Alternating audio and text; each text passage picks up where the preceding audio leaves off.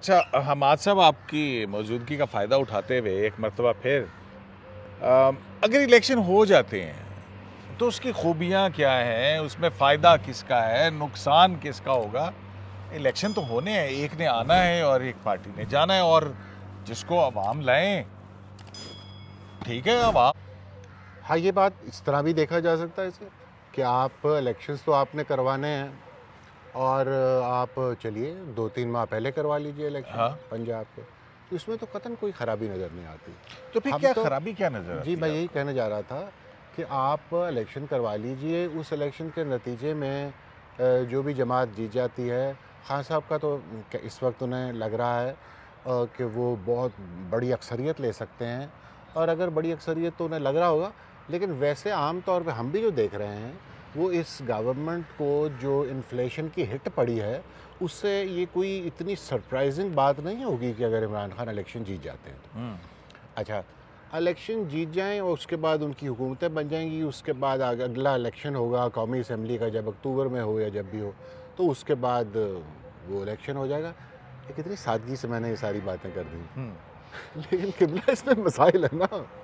अब मुझे सिर्फ इतना बता दीजिए, हाँ, मुझे ये बताइए कि क्या आइन आपका क्या कहता है, आप बेहतर समझते हैं ये मौजू।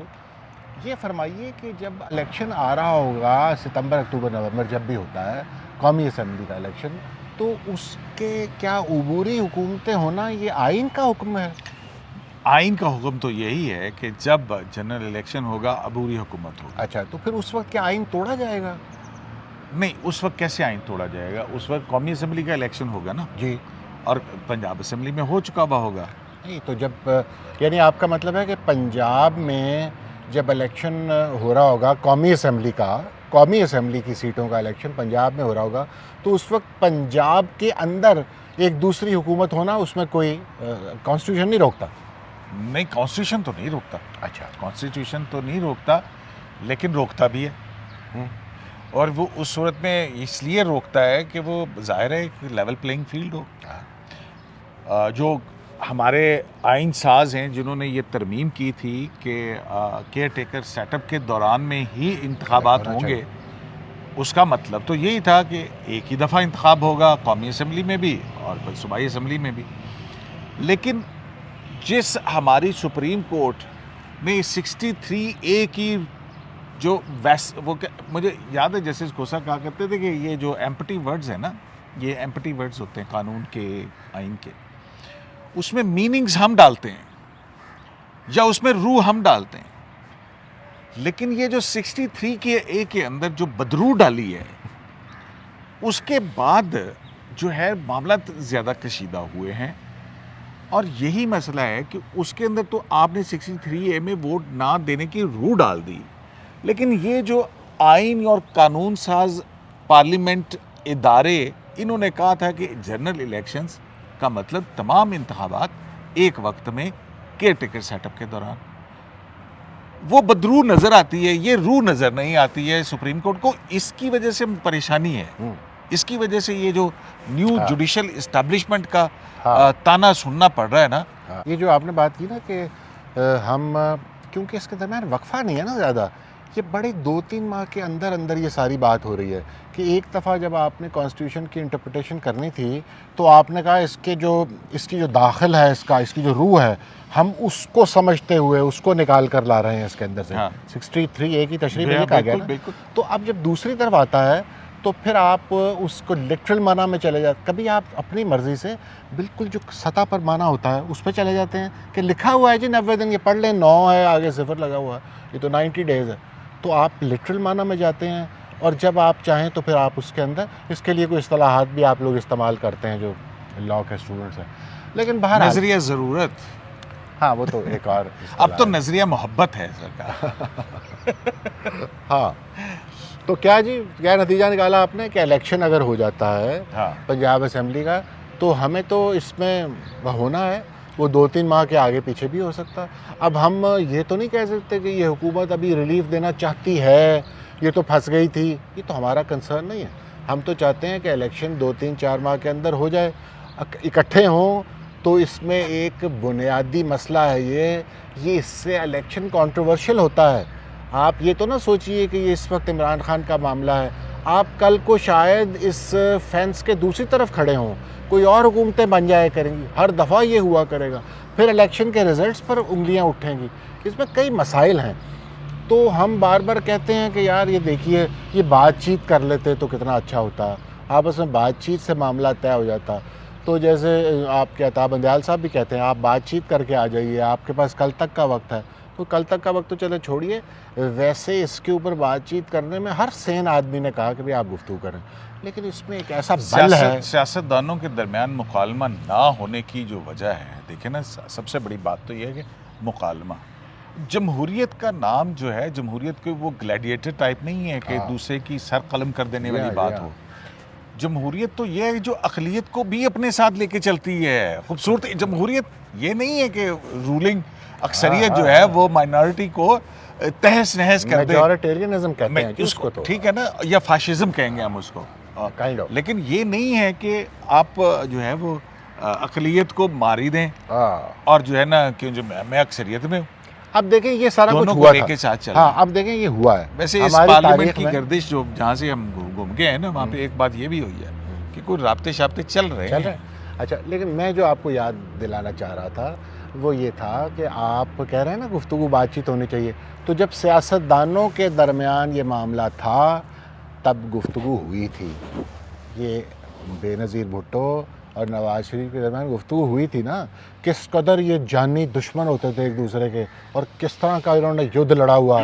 तो फिर एक वक्त आया जब उन्हें पता लगा कि यार ये तो हमें ऐसे ही एक दूसरे के ख़िलाफ़ इस्तेमाल करते हैं और ये एक हम तो बेवकूफ़ बनते रहे, हम तो खिलौने थे इनके। तो उन्होंने चार्टर ऑफ डेमोक्रेसी साइन किया था। ये है मकालमा जिसका हम बार बार जिक्र करते हैं। और लेकिन दूसरे जो हमारे दोस्त थे इस्टेब्लिशमेंट जैसे आप, उन्होंने भी कहा यार ये तो समझ गए हैं दो कमबख्त, तो अब कोई नया हैट से हम खरगोश निकालते हैं। तो उन्होंने खैर जो भी हुआ बाद में द रेस्ट इज हिस्ट्री। लेकिन फिर वही बात है कि खान साहब को हम जिस तरह की भी करते रहे कि यार ये कहाँ से आ गई है वो, लेकिन अब तो हकीकत है ना, सियासत की हकीकत है। तो खान साहब को खुद भी तो रियलाइज करना चाहिए। इमरान का डर है, इमरान तो होगा, होगा। इलेक्शन का डर है, इलेक्शन तो होगा, ये तो होना है बात। तो लेकिन बहरहाल अब इमरान खान साहब का अपना स्टेचर बदल गया है, उनको खुद भी तो इसका एहसास करना चाहिए कि अब जो सूरत हाल है, अगर उनकी सियासत का मंबा और महवर जो है वो यही रहता है कि चोर हैं, डाकू हैं, मैं हाथ नहीं मिलाऊंगा, तो फिर तो वो मकालमा नहीं हो सकता। इस माहौल में ना हुआ है और बल्कि ये तो और आगे ख़राबी बढ़ेगी। तो अभी ये आसानी से समझते हैं वो इलेक्शन होगा, हुकूमतें बन जाएंगी, ये नहीं होगा। इतनी ज़्यादा जिस माशरे में तलखी आ जाए और वो फिर हर डिपार्टमेंट और हर महकमे और हर इदारे में जिस तरह वो परमिएट कर जाती है, तो आप बताइए ना, जज इसका है और जज उसका है, तो इस तरह तो फिर वो नहीं चल सकेगा, गड़बड़ हो जाएगी सारी। हाँ, मतलब देखें, अदलिया भी कंट्रोवर्शियल। अब कोई अगर दुरुस्त बात कर रहा है और उसकी हिमायत की जाए तो कहा जाता है कि ये उसकी पार्टी का है। अब एक न्यूट्रल एक प्रिंसिपल की बात कर रहा है कोई, तो उसको कहा जा रहा है कि फ़लाँ हुकूमत को भी पता नहीं कौन मशवरे देता है कि ऐन वक्त पे ये दरख्वास्त वापस लेनी है, ऐन वक्त पे हमने ये कहना है। बहरहाल एक प्रिंसिपल के ऊपर चलना चाहिए। ख़ुद तो कंट्रोवर्शियल होने के साथ साथ दूसरों को भी कंट्रोवर्शियल करते जा रहे हैं, which is not a wise strategy. लेकिन पार्लियामेंट और सुप्रीम कोर्ट की अगर लड़ाई हो जाती है इसमें, एक तरफ हमें नज़र आएगा कि ऑल्दो के एक डिवीज़न है, लेकिन जब अगर सुप्रीम कोर्ट के ऊपर इस तरह से पॉलिटिकल इन्वेजन होगा तो उस सेगमेंट में लॉयर जो है वो एक बहुत बड़ी फोर्स है।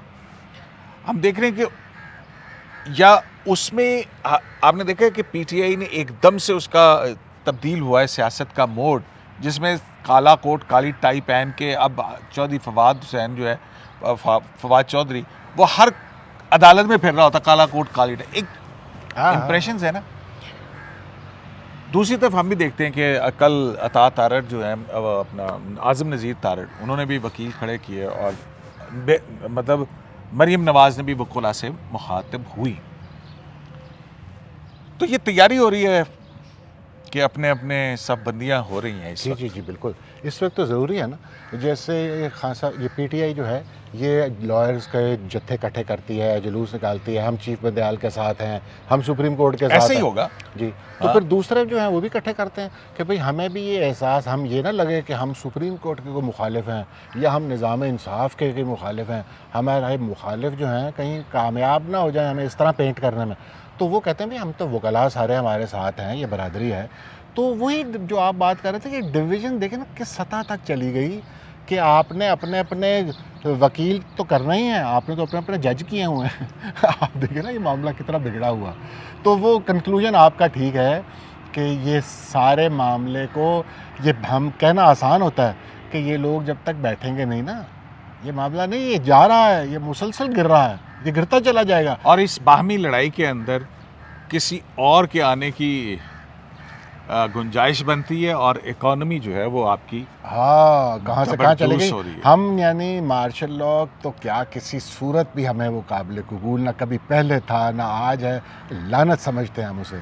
लेकिन मैं समझता हूँ कि ये जो मार्शल लॉ लगाने वाले थे ना, इस वक्त सबसे बेहतर केस है उनका, खुदा माफ़ करें, बिल्कुल केस सही उनका। आप देखें ना हालत क्या हुई। तो कुछ हमारी सोसाइटी इस तरह की हो गई है कि अलमिया अलमिया है कि वो उस तरह की है कि मीडिया ब्रेकिंग न्यूज़ के चक्कर में चीज़ों को निचोड़ रहा है, सियासी धड़े अपने अपने धड़ों को जो है ना वो खींच रहे हैं एक दूसरे की तरफ, एक्सटेंशंस के चक्कर में हैं लोग। और लोग एक्सटेंशंस के और चक्कर में। क्या एक्सटेंशंस ने हमें किस हाल तक पहुंचा दिया। यानी राहील शरीफ साहब से आप शुरू हुए थे, बाजवा साहब ने रही सही कसर पूरी की, अब हम सुन रहे हैं कि आगे भी ये मंसूबे बन रहे हैं। एक्सटेंशन का खेल। शराय दस्तूर से अब्दुल क़य्यूम सिद्दीकी को AQS लाइव से इजाज़त दीजिए।